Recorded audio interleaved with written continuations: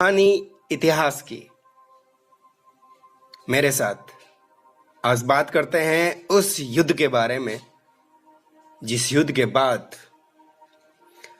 अंग्रेजों ने अपने पैर पूरी तरह से भारत की भूमि पर पसार लिए थे। उसी ऐतिहासिक युद्ध की बात आज करते हैं। 1757 में लड़ा गया प्लासी के मैदान का युद्ध, प्लासी का युद्ध। चलिए बात करते हैं। अंग्रेज भारत पर पहले व्यापारी बन के आए थे, लेकिन जब सोने की चिड़िया कहा जाने वाला यह देश अन्न धन धान्य से परिपूर्ण था, तो उन्होंने अपनी विचारधारा को बदला और यहीं पर बसने का और भारतीय राजनीति में हस्तक्षेप का इरादा बना लिया। वो इंतजार कर ही रहे थे, मौका तलाश कर ही रहे थे कि अप्रैल 1756 ईस्वी में बंगाल के नवाब अली वर्दी खान की मृत्यु हो गई। उसकी मृत्यु के पश्चात सिराजुद्दौला को बंगाल का नवाब बनाया गया, परंतु शीघ्र ही व्यापारिक, राजनीतिक आदि अनेक कारणों से सिराजुद्दौला और अंग्रेजों के बीच कटुता बढ़ गई। तत्कालीन परिस्थिति में ऐसा वातावरण बनता चला गया कि दोनों में युद्ध की स्थिति उत्पन्न हो गई, जिसे प्लासी का युद्ध के नाम से जाना जाता है। क्या कारण रहे प्लासी के युद्ध के बात करते हैं। सबसे पहली बात कि सिराजुद्दौला की दुर्बलता। सिराजुद्दौला सरल स्वभाव का व्यक्ति था। वो अंग्रेजों की कुटिल चालों से अपरिचित था। उसमें दूरदर्शिता, उसमें दृढ़ता और दूरदर्शिता का अभाव था। उसमें तत्कालीन जटिल परिस्थितियों से निपटने की क्षमता नहीं थी। दूसरी बात यह कि बंगाल का धन संपन्न होना। बंगाल एक धन संपन्न एवं उपजाऊ प्रदेश था, अतः अंग्रेज बंगाल के धन संपन्न प्रदेश पर अधिकार कर लेना चाहते थे। अंग्रेजों के प्रति संदेह। अलीवर्दी खान ने अपनी मृत्यु से पहले सिराजुद्दौला को अंग्रेजों की कुटिल चालों के प्रति सावधान रहने के लिए कहा था। अतः सिराजुद्दौला अंग्रेजों को संदेह की दृष्टि से देखने लगा। उसने अनुभव किया कि अंग्रेज उसके विरोधियों से मिलकर उन्हें भड़का रहे हैं। तीसरी बात, अंग्रेजों द्वारा सिराजुद्दौला के विरोधियों को भड़काना। सिराजुद्दौला अंग्रेजों से इस कारण भी नाराज था कि वे उसके विरोधियों को उसके विरुद्ध भड़काते रहते हैं।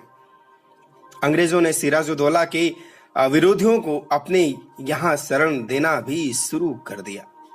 सिराजुद्दौला के विरोधी दीवान राजवल्लभ ने अपनी संपूर्ण संपत्ति अपने पुत्र कृष्ण वल्लभ के साथ कलकत्ता भिजवा दी। सिराजुद्दौला ने कृष्ण वल्लभ को लौटाने के लिए अंग्रेजों से बार बार अनुरोध किया, परंतु अंग्रेजों ने उसके अनुरोध पर कोई ध्यान नहीं दिया। इस कारण सिराजुद्दौला तथा अंग्रेजों के बीच शत्रुता बढ़ती गई। अंग्रेजों की अशिष्टता भी एक कारण था। अंग्रेजों में सिराजुद्दौला के प्रति सम्मान की भावना नहीं थी। जब 1756 में सिराजुद्दौला बंगाल का नवाब बना, तो अंग्रेजों ने उसके प्रति सम्मान प्रकट करने के लिए उपहार और भेंट कुछ भी नहीं दिया। अंग्रेजों द्वारा व्यापारिक सुविधाओं का दुरुपयोग भी कर रहे थे उस समय। 1717 ईस्वी में मुगल सम्राट फर्रुखसियार ने अंग्रेजों को 3000 रुपए वार्षिक कर के बदले में बंगाल, बिहार तथा उड़ीसा में बिना चुंगी दिए व्यापार करने की सुविधा दी थी, परंतु अंग्रेजों ने इन व्यापारिक सुविधाओं का दुरुपयोग करना शुरू कर दिया। वे भारतीय व्यापारियों से रिश्वत लेकर उन्हें भी दस्तक एक अनुमति पत्र था कि सुविधा प्रदान कर देते थे। तथा नवाब के कोष को हानि पहुंचाते थे। कंपनी के कर्मचारी अपना निजी माल भी कंपनी का माल बताकर चुंगी बचा लेते थे। और एक कारण अंग्रेजों द्वारा कलकत्ता की किलेबंदी करना। सिराजुद्दौला के नवाब बनते ही यूरोप में अंग्रेजों और फ्रांसीसियों के बीच युद्ध की आशंका उत्पन्न हो गई। अतः भारत में भी अंग्रेज और फ्रांसीसियों ने अपनी अपनी बस्तियों की किलेबंदी करना शुरू कर दिया। इस पर सिराजुद्दौला ने अंग्रेजों तथा फ्रांसीसियों को आदेश दिया कि वे तुरंत किलेबंदी करना बंद करें। यद्यपि फ्रांसीसियों ने तो सिराजुद्दौला की आज्ञा का पालन स्वीकार कर लिया, परंतु अंग्रेजों ने उसकी आज्ञा पालन से इनकार कर दिया। सिराजुद्दौला का कासिम बाजार तथा कलकत्ता पर आक्रमण। 4 जून 1756 को सिराजुद्दौला ने अंग्रेजों की कासिम बाजार की फैक्ट्री पर अधिकार कर लिया। इसके बाद नवाब की सेना ने 16 जून 1756 को कलकत्ता पर आक्रमण किया। कलकत्ता का गवर्नर ड्रेक जो समय था किले की रक्षा का भार जो है होलवेल को सौंपकर फुल्टा द्वीप की ओर भाग गया। अंत में होलवेल ने भी आत्मसमर्पण कर दिया और 20 जून 1756 को कलकत्ता पर भी नवाब का अधिकार हो गया। एक घटना और रही इतिहास में महत्वपूर्ण, वो थी ब्लैक होल की घटना। होलवेल के कथा अनुसार 20 जून की रात्रि को नवाब के सैनिकों ने 146 अंग्रेज बंदियों को एक 18 फुट लंबी तथा 14 फुट 10 इंच चौड़ी कोठरी में बंद कर दिया। जून मास की भयंकर गर्मी के कारण उनमें से 123 व्यक्ति मर गए तथा 23 व्यक्ति ही जीवित बचे। 123 व्यक्ति मर गए थे और मात्र 23 व्यक्ति ही जीवित बचे, जिनमें होलवेल भी शामिल था। इस घटना को ब्लैक होल की घटना कहा जाता है, परंतु कुछ इतिहासकार हैं, भारतीय इतिहासकार इस घटना को कपोल कल्पित मानते हैं। डॉक्टर भोलानाथ तथा डॉक्टर ब्रिजेन गुप्ता ने ब्लैक होल की घटना को मनगढ़ंत बताया है। और एक कारण अंग्रेजों का कलकत्ता पर पुनः अधिकार। जब कलकत्ता तथा कासिम बाजार के पतन का समाचार मद्रास पहुंचा तो अंग्रेज अधिकारी बड़े चिंतित हुए। वे अपनी पराजय का बदला लेना चाहते थे। अतः क्लाइव तथा वाटसन अपनी अपनी सेनाएं लेकर मद्रास से बंगाल की ओर रवाना हुए। 28 दिसंबर 1756 को अंग्रेजी सेना ने कलकत्ता पर आक्रमण कर दिया। नवाब ने कलकत्ता की रक्षा का भार राजा मानिक चंद्र को सौंपा, परंतु वो अंग्रेजों से जा मिला। मानिक चंद्र के विश्वासघात के कारण 2 जून 1757 को कलकत्ता पर अंग्रेजों ने पुनः अधिकार कर लिया। अंग्रेजों ने हुगली पर भी अधिकार कर लिया। एक और कारण अलीनगर की संधि। कलकत्ता के पतन का समाचार सुनकर सिराजुद्दौला 40,000 सैनिकों के साथ कलकत्ता की ओर रवाना हुआ। दोनों पक्षों में एक साधारण सा युद्ध हुआ जिसमें सिराजुद्दौला को पराजय का मुंह देखना पड़ा। अंत में 9 फरवरी 1757 को सिराजुद्दौला के और अंग्रेजों के बीच एक संधि हो गई, जिसे अलीनगर की संधि कहते हैं। इस नगर में जो इस संधि की जो बातें थी, कुछ शर्तें भी इसमें थी। शर्तें क्या थी? मुगल सम्राट ने अंग्रेजों को जो व्यापारिक सुविधाएं तथा विशेष अधिकार दिए थे, नवाब सिराजुद्दौला ने उनको मान्यता दे दी।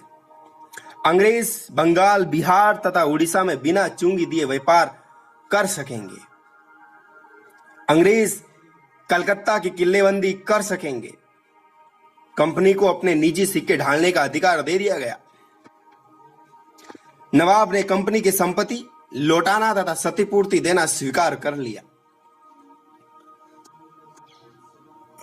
अब ये कारण हो गया कि अलीनगर की संधि का जो शर्तें थी उसकी पालन नहीं किया गया। दोनों पक्षों ने अलीनगर की संधि परिस्थितियों से बाध्य होकर स्वीकार की थी, अतः दोनों पक्ष इस संधि की शर्तों को पालन करने के लिए तैयार नहीं थे। अंग्रेजों द्वारा नवाब पर दोषारोपण। अंग्रेजों ने सिराजुद्दौला पर अलीनगर की शर्तों का उल्लंघन करने का आरोप लगाया, परंतु नवाब ने इस आरोप को स्वीकार नहीं किया। इस घटना से भी दोनों पक्षों के बीच कटुता और बढ़ गई। सिराजुद्दौला के विरुद्ध षड्यंत्र भी रचा गया। देखिए कैसे। अब क्लाइव ने सिराजुद्दौला के विरुद्ध षड्यंत्र रचना शुरू कर दिया। उसने सिराजुद्दौला के प्रधान सेनापति मीर जाफर को प्रलोभन देकर अपनी ओर मिला लिया तथा उसे बंगाल का नवाब बनाने का आश्वासन दिया। सिराजुद्दौला के विरुद्ध षड्यंत्र में अमीचंद, यार लतीफ, जगत सेठ, राय दुर्लभ आदि शामिल थे। 10 जून 1757 को अंग्रेजों और मीर जाफर के बीच एक गुप्त संधि हुई। सेठ अमीचंद इस संधि में मध्यस्थ था। इस संधि की शर्तें थी जो है, सिराजुद्दौला के स्थान पर मीर जाफर को बंगाल का नवाब बनाया जाएगा।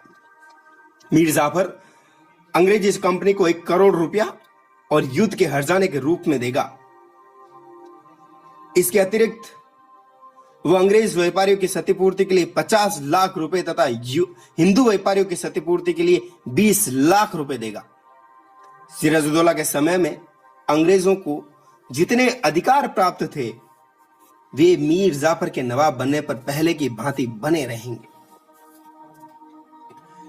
मीर जाफर अंग्रेजों को कलकत्ता तथा कासिम बाजार की किलेबंदी की अनुमति देगा। अंग्रेजी कंपनी मीर जाफर के शत्रुओं के विरुद्ध उसकी सहायता करेगी। यह संधि मीर जाफर के साथ हो गई तो अमीचंद ने अंग्रेजों को धमकी दी कि उसे 30 लाख रुपए तथा नवाब के कोष का 5% धन नहीं दिया गया तो वो षड्यंत्र का भंडा फोड़ देगा। इस पर क्लाइव ने 2 संधि पत्र तैयार करवाए। क्लाइव का अहम रोल रहा। देखिएगा, क्लाइव ने 2 संधि पत्र तैयार करवाए। एक सफेद कागज पर जो सही था तथा दूसरा लाल कागज पर जो झूठा था और जिसमें अमीचंद की शर्तों को भी स्वीकार कर लिया गया था। जब झूठे संधि पत्र पर वाटसन ने हस्ताक्षर करने से इनकार कर दिया तो क्लाइव ने वाटसन के झूठे हस्ताक्षर स्वयं कर लिए। षड्यंत्र पूरा होने पर क्लाइव ने सिराजुद्दौला पर अलीनगर की संधि का उल्लंघन करने का आरोप लगाया और नवाब का उत्तर प्राप्त होने से पूर्व ही 3000 सैनिकों के साथ प्लासी के मैदान में आ गया। बात प्लासी के मैदान की, प्लासी के युद्ध की। तारीख 23 जून 1757 का वो दिन जिससे भारत के इतिहास में एक बहुत रोचक मोड़ कहा जा सकता है कि जिसके बाद अंग्रेजी हुकूमत इस भारत पर शासन करने लगी। दोनों पक्षों की सेनाएं प्लासी के मैदान में आमने सामने आ डटी। क्लाइव की सेना में 3000 सैनिक थे जबकि सिराजुद्दौला की सेना में 50,000 सैनिक थे। 23 जून 1757 को दोनों पक्षों के बीच युद्ध शुरू हुआ। सिराजुद्दौला की सेना का अधिकांश भाग मीर जाफर, यार लतीफ खान तथा राय दुर्लभ के नेतृत्व में था, जो नवाब के साथ विश्वासघात करने पर तुले हुए थे। ये सेना नायक अपने सैनिक दलों के साथ चुपचाप युद्ध का दृश्य देखते रहे। इस पर सिराजुद्दौला ने मीर जाफर को बुलाकर अपनी पगड़ी मीर जाफर के सामने जमीन पर फेंक दी और कहा, मीर जाफर, इस पगड़ी की लाज तुम्हारे हाथों में है। मीर जाफर ने उसे झूठा आश्वासन देकर वापस लौटा दिया और क्लाइव को तेजी से धा बोलने का संदेश भिजवा दिया। इस अवसर पर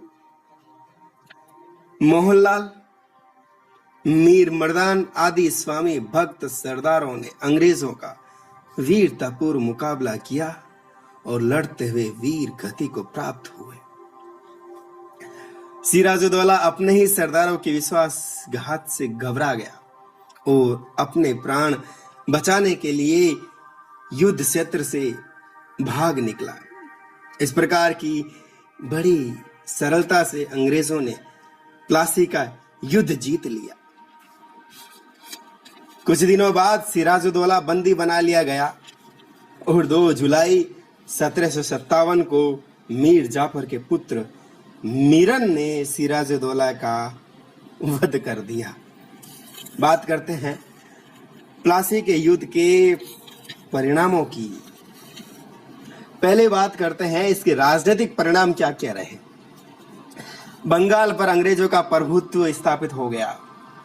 मीर जाफर को बंगाल का नवाब बनाया गया, जो अंग्रेजों के हाथों की कठपुतली मात्र था।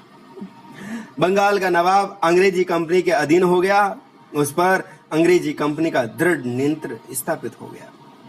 प्लासी के युद्ध में विजय होने से अंग्रेजों के साधनों में वृद्धि हुई तथा वे कर्नाटक के युद्धों में फ्रांसीसियों को पराजित करने में भी सफल हुए। प्लासी की विजय ने मुगल सम्राट की दुर्बलता प्रकट कर दी। बात करें सैनिक परिणाम की। प्लासी के युद्ध ने भारतीय सैन्य संगठन की दुर्बलता प्रकट की। अंग्रेजों की एक छोटी सी सैनिक टुकड़ी ने सिराजुद्दौला की विशाल सेना को आसान से पराजित कर दिया। मीर जाफर की सैन्य शक्ति कमजोर हो गई। अब वो अंग्रेजी सेना का मुकाबला करने में असमर्थ था। इसका नैतिक परिणाम भी क्या रहा वो भी देख लेते हैं। प्लासी के युद्ध से भारतीयों का नैतिक पतन प्रकट हो गया। अंग्रेजों को यह विश्वास हो गया कि कुछ स्वार्थी भारतीय लोग सोने चांदी के टुकड़ों में अपनी मातृभूमि के साथ विश्वासघात कर सकते हैं। इस आधार पर अपने राजनीतिक स्वार्थ पूरे किए जा सकते हैं। अंग्रेजों ने उचित तथा अनुचित सभी तरीकों से बंगाल का धन प्राप्त करना शुरू कर दिया। तो नमस्कार दोस्तों, ये थी बात प्लासी के युद्ध की, कहानी इतिहास की मेरे साथ।